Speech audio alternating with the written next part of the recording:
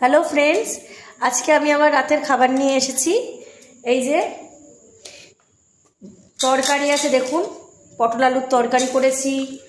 তারপরে দেখুন ডাল আছে, একটু আলু ভাজাও আছে। হ্যাঁ, ও দুপুরবেলা মাছ খায়নি বলে তাই ওর একটু মাছের ঝোল আছে। আর এই যে দেখুন গরম ভাত, দেখেছেন? দেখুন একদম ধোয়া উঠছে, একদম গরম ভাত। তুমি আবার গরম ভাত কখন করলে গো?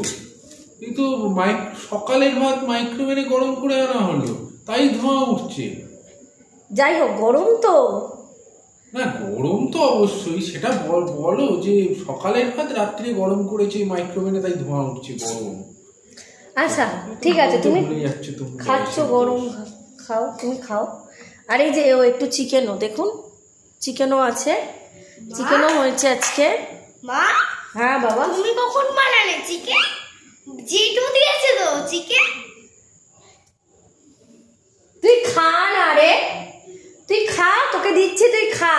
কে দিয়েছে? আমি বানিয়েছি, তোর জেনে কি হবে? তুই খা না, এনে ভাত নে, এনে গরম ভাত নে, তুই খা, এনে।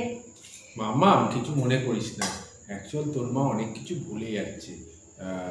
এটাও বলতে তুমি ভুলে গেছো যে চিকেনটা জেঠুর ঘর থেকে এসছে, জেঠু দিয়েছে।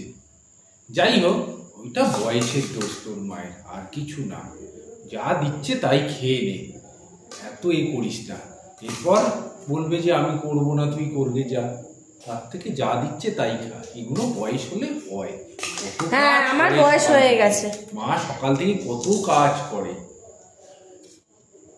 খাও না গো, চুপচাপ খাও, চুপচাপ খাও, সব কথা বলতে লাগবে।